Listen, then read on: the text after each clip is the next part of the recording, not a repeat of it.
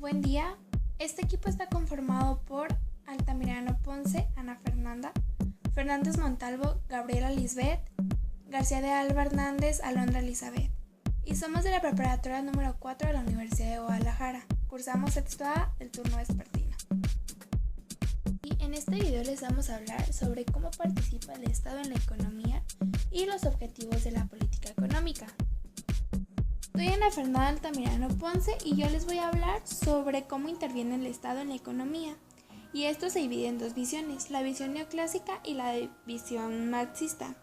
Primero vamos a empezar con la neoclásica. Esta nos dice que si una economía funciona equilibradamente y con pleno empleo de los factores productivos, el aparato gubernamental no tiene nada que hacer interviniendo en la economía. El papel del Estado en esas condiciones debe reducirse a realizar las funciones tradicionales del Estado, como administrar justicia, esto es, tribunales y juzgados, guardar el orden público, policía, resguardar las fronteras y la soberanía nacional, el ejército, y proporcionar servicios públicos, alumbrado y limpieza. El Estado es, entonces, un elemento regulador y restaurador de las funciones del mercado.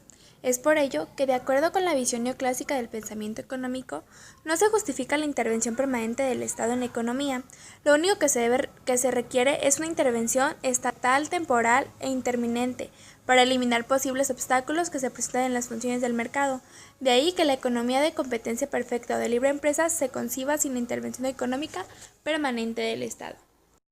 Seguimos con la visión marxista sobre la intervención del Estado en la economía. Bueno, para la escuela marxista la intervención del Estado en la economía es una necesidad y un requisito indispensable para garantizar el funcionamiento y continuidad de un sistema económico. En el caso de México, la Constitución de la República tiene como uno de sus supuestos básicos un sistema económico de una economía mixta, porque la revolución transformó el concepto de propiedad, preservó las libertades económicas y le confirió al Estado responsabilidades de la rectoría y gestión económica, todo sometido a criterios rectores del interés de la nación. La propiedad de tierras, aguas y recursos naturales dentro de los límites de nuestro territorio corresponde originalmente a la nación. Esta tiene el derecho de transmitir su dominio a los particulares, estableciendo la propiedad privada, pero con la reserva de la facultad de la nación de imponer la modalidad que exige el interés público. El Estado ha creado una serie de entidades públicas para incrementar su participación en los sectores estratégicos de la actividad económica, entre los que destacan la fundación del Banco de México en 1925, como inicio de su política de intervención en la estructura bancaria del país, el Banco Nacional de Crédito Agrícola en 1926, para fomentar la producción agrícola y ganadera, la Nacional Financiera en 1934, como columna vertebral del sistema crédito del país, la Comisión Federal de Electricidad en 1937, Petróleos Mexicanos en 1938, Altos Hornos de México en 1942, el Instituto Mexicano del Seguro Social en 1943, el Instituto Nacional para el Fondo Nacional para la Vivienda de los Trabajadores, Infonavit, en 1972, entre otros.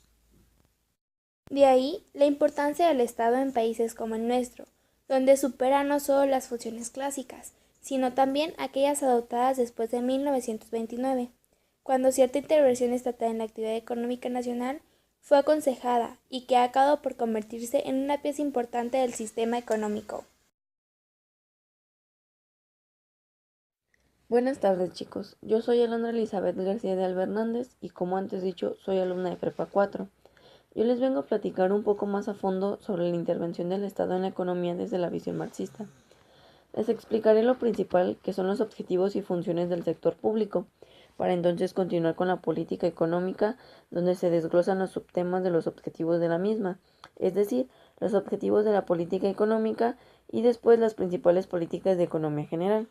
Y bueno, por último de mi parte les explicaré sobre la política fiscal y sus caracteres.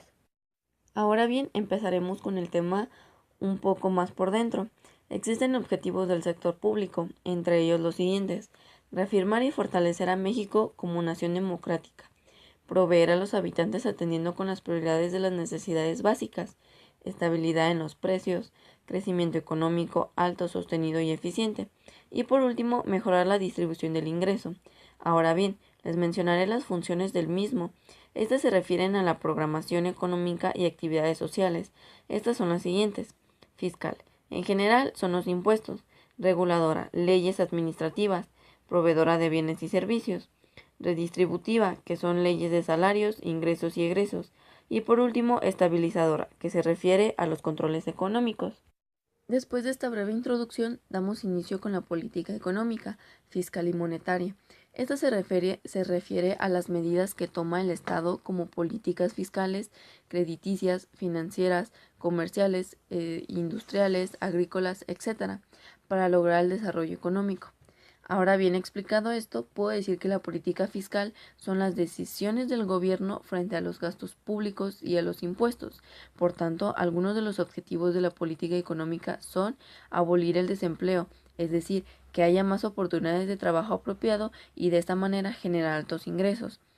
Elevar la calidad de vida, donde se incluyen los alimentos, vestimenta, vivienda, salud y educación, distribución de los recursos económicos, crecimiento de productividad de acuerdo a la población, distribución eficaz del ingreso, equilibrio entre exportaciones e importaciones y por último, división de la política económica.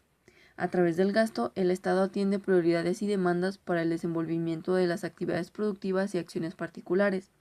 Por otro lado, entre las políticas de economía general se encuentran 8 diferentes. Estas son las siguientes. Política de empresas públicas. La participación del Estado no es solo normativo o creador de infraestructura, sino que asume la intervención directa en la producción de bienes y servicios, que garantizan el suministro de insumos básicos, el avance técnico y la distribución de los beneficios. Política tributaria. Se basa en la búsqueda de mejoras, la equidad, fomentar la eficiencia, etc. Todo lo antes dicho se obtiene a través de los impuestos. Política de estímulos fiscales, mediante estímulos, subsidios o exenciones fiscales. Un exencio fiscal es un elemento fiscal que libra de pagar un impuesto. La política de deuda pública es para financiar el desarrollo. Política financiera, para incrementar las fuentes de financiamiento económico. Política de comercio exterior, exportación de artículos manufacturados y de esta manera tener posibilidades de aumentar el empleo. Política antiinflacionaria. Busca las causas del proceso inflacionario. Política de ciencia y tecnología. Forma la base tecnológica y científica perteneciente a CONACYT. Como siguiente punto se encuentra la política fiscal. Presupuesto público. Esta está constituida por las decisiones del gobierno referentes al gasto público e impuestos.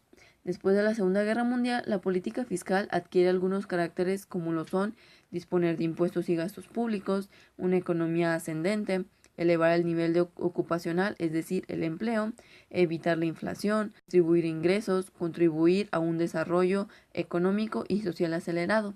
Finalmente, dentro del sistema fiscal existen ciertos dispositivos estabilizadores de la economía, como es la variación automática en la recaudación de impuestos.